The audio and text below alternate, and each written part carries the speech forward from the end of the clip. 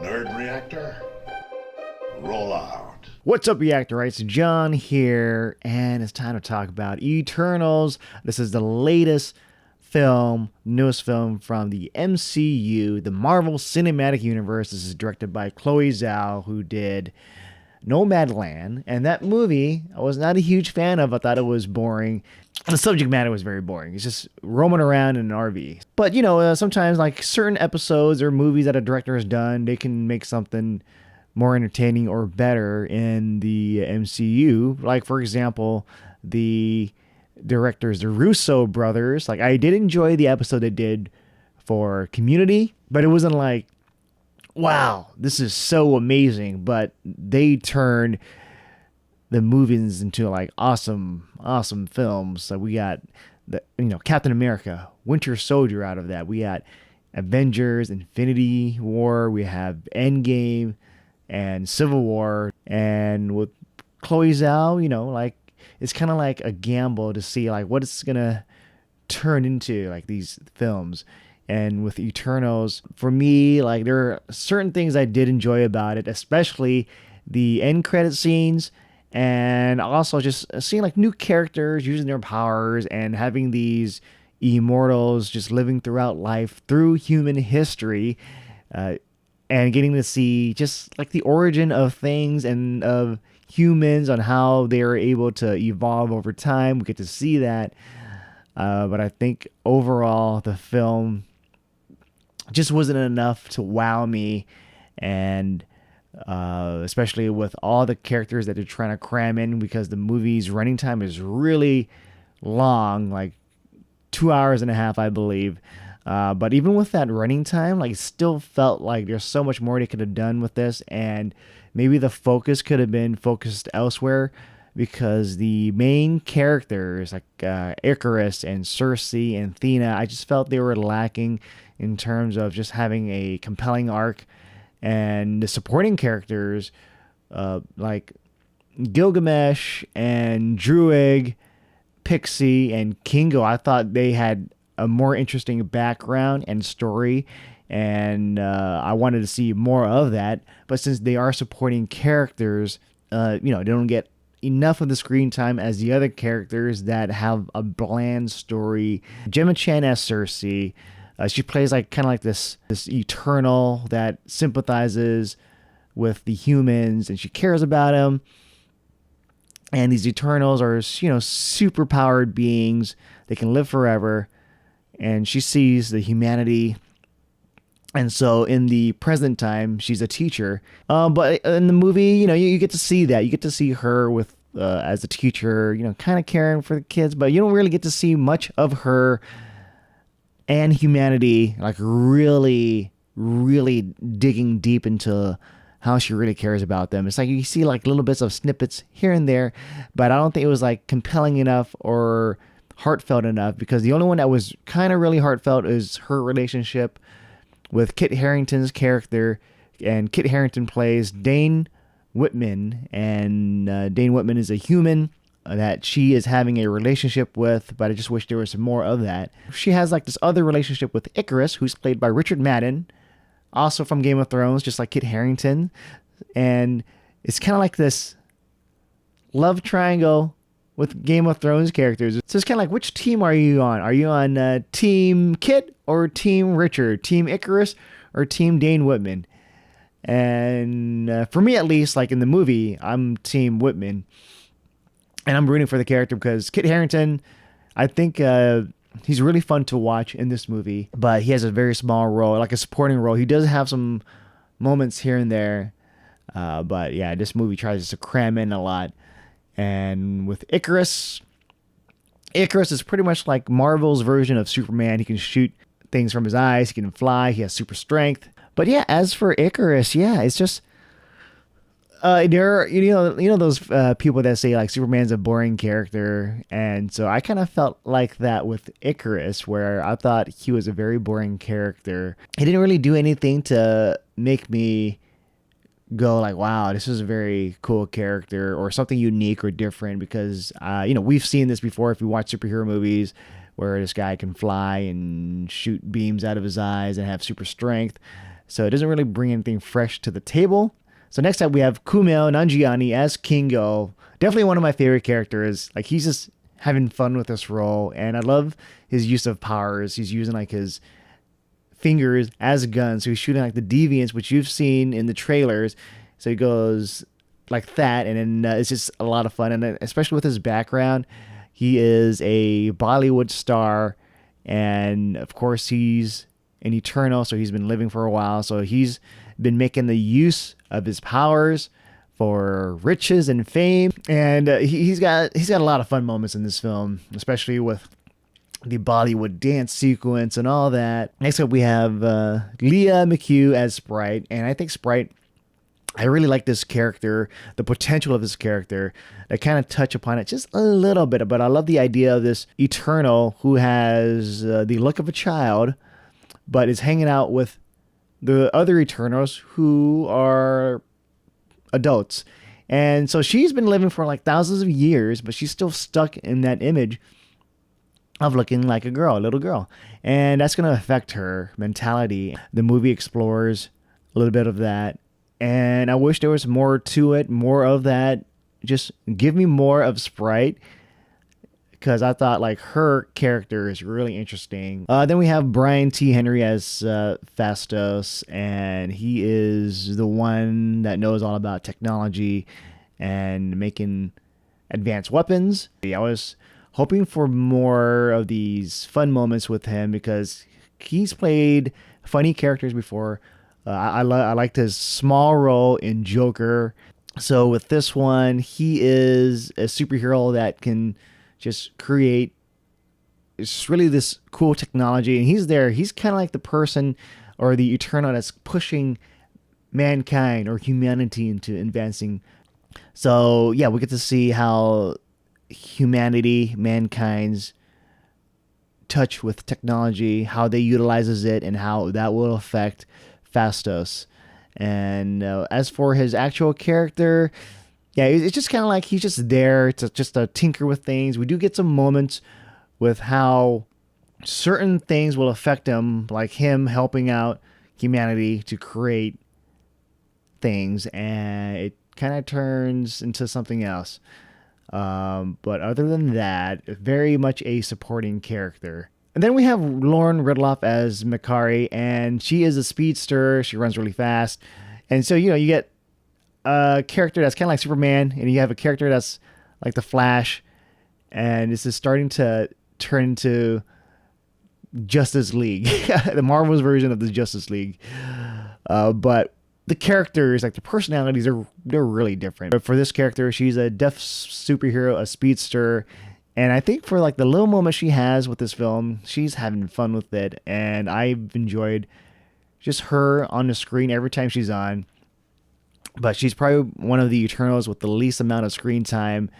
But just watching her, just being in the movie, just smiling, it's like it just puts a smile on your face too. Just seeing her, just having fun with her powers and just being there on the set.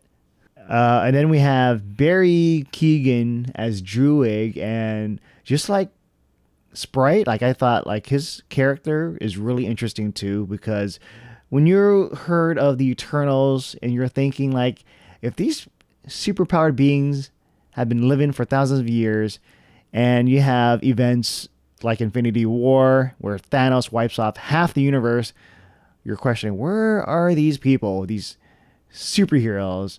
Or have they done anything?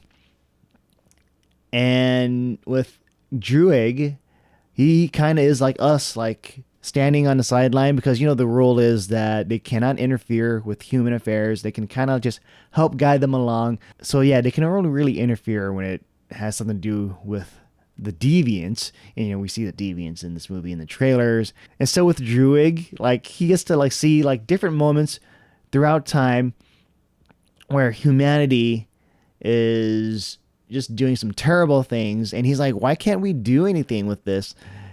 And you watch that and you're like, wow, this is cool. Like they're actually touching upon this, on how the Eternals cannot interfere. And I really felt for Druig But he's a powerful character because he has a power to manipulate the minds of others. Some of the scenes, I'm like, whoa, this is intense. This is like, if it goes down even further, it can go down a dark path. But with Druig, like, still supporting character to the main characters like Ikaris and Cersei. So I wish like these supporting characters had more time or just use their stories more. So it's just kind of weird how the supporting characters have more of an interesting story and goals and different mindsets than the main characters. And then of course we got Don Lee as Gilgamesh, and Gilgamesh is the strong eternal, like super powerful fist, and he's just a fun character to watch because Don Lee, he was in Train to Busan, and in Train to Busan, same type of character, like the big guy and buff, and he's able to like take down a lot of zombies in that movie. And with this one, Gilgamesh, he's able to take down a lot of the different characters, villains, rivals, and all that.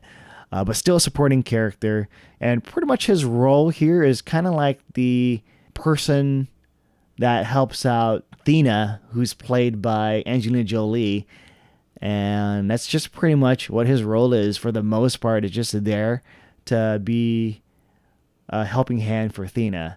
So out of all like the supporting characters, he's got the one with the least interesting story. So he's pretty much there just like to show off his strength and all that. And then of course we got Salma Hayek as Ajak, the leader of the Eternals. And she's kind of like the messenger between the Eternals and the Celestials. And here in this movie, we really get to see the Celestials as these powerful beings. And you know how like there are certain shows, let's say for example Loki, where they would tease these powerful beings, and when you finally see the show or the end stuff, you're like, wow, what a disappointment, because it's like a plot twist to something else. But here, like, imagine if they did a plot twist, it would piss off a lot of fans, especially like, oh, this is not the Celestials, it's something else. But here, the Celestials are the Celestials. They're powerful beings. And Ajak in the movie, she does have a bigger role, but I don't want to say anymore. But she kind of reminds me of Professor X in the X-Men films. Like when you watch the movie, you're gonna understand on how Professor X was in the 3 different X-Men films, and Ajak is kind of like, it kind of reminds you of that. And then we have Angelina Jolie as Thena, like one of the main characters, one of the leads in Eternals, and she is a warrior. This is a character that has inspired characters like Athena, the Greek goddess, and they make some jokes about her name. So with Thena, she's able to create weapons out of cosmic energy. You know, it's pretty cool, like just creating weapons. Kind of reminds me of the Green Lantern, which kind of reminds me of the Justice League, where Athena is kind of like a mix of like Wonder Woman and the Green Lantern. But with this, her character, there really is no real arc to her other than she's part of the team. I feel like the potential of that character of Thena was wasted on this, because most of the focus is on Cersei and Ikaris and Ajak.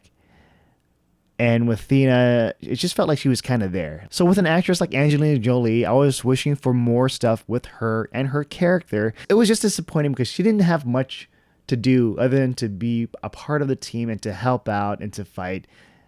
And let's say if you've read the comics, there is a thing with her and another character that's in the movie. And they kind of teased on that in the film, but like, don't expect more of that. So whatever it is, it's pretty much just what you see is what you get with this character that's just there to help out the Eternals to fight. Okay, let's talk about the Deviants. The Deviants, you know, they're powerful, but overall they just felt like generic villains, not interesting at all, because they're just pretty much there just to be the foil, just to be the enemies for the Eternals. And because the real meat of the whole Eternal storyline is how these different characters interact with each other throughout the years. So that's like the focus of the film, of the drama of how this team deals with humanity and with each other. So yeah, overall, Eternals, I think it suffers from just the focus on certain plot elements, with the bland lead characters, because the supporting characters have more of an interesting story, more of an interesting goals, and they have more personality compared to the leads like Ikaris and Cersei. The villains are very lackluster and not as threatening as they could be or as interesting. And I think like the best, most exciting part of the film is seeing the end credit scenes. But I didn't have like a really bad time watching this movie. Like I've enjoyed it for the most part, but there are like a lot of gripes that I've had with it. And it's still like, you still got to watch it because it's part of the MCU. If you're a fan, like, yeah, definitely check it out. Definitely see where this movie is headed towards, because this is kind of like movie that's going to introduce more things, especially on the cosmic side of things. It's like a gateway to something big and huge, and that's the thing that got me the most excited about this movie. Watching this, like coming out of it, I'm like, damn, now I'm excited to see what they're going to do next and how big they're going to do things with this universe, with the MCU universe. More stuff from outer space and other characters that are going to be teased in the future. For the things I liked about Eternals, I do like the film opening up the floodgates to the future of the MCU with the possibilities of like the cosmic side of things and also on the Earth side of things. And I do like this grand tale that they're trying to tell throughout the years of the Eternals, of the history of mankind with the Eternals until now to the present time. And I think that the movie, with the long running time, trying to tell all these different backstories with each characters, you know, they each have like their little moments, their time to really shine through and show off their powers and show off their dreams and goals and all that. But I think like with the focus on certain characters really puts a damper on things that made the film feel lackluster as a whole, especially like, you know, focusing on the main leads because they felt very bland, and also having an uninteresting villain just felt very generic. Yeah, those are my thoughts for Eternals. Let me know what your thoughts are on the comments below. And if you enjoyed this video, please give it a like, subscribe to this channel. With that said, I'm John, and I'll see you guys next time.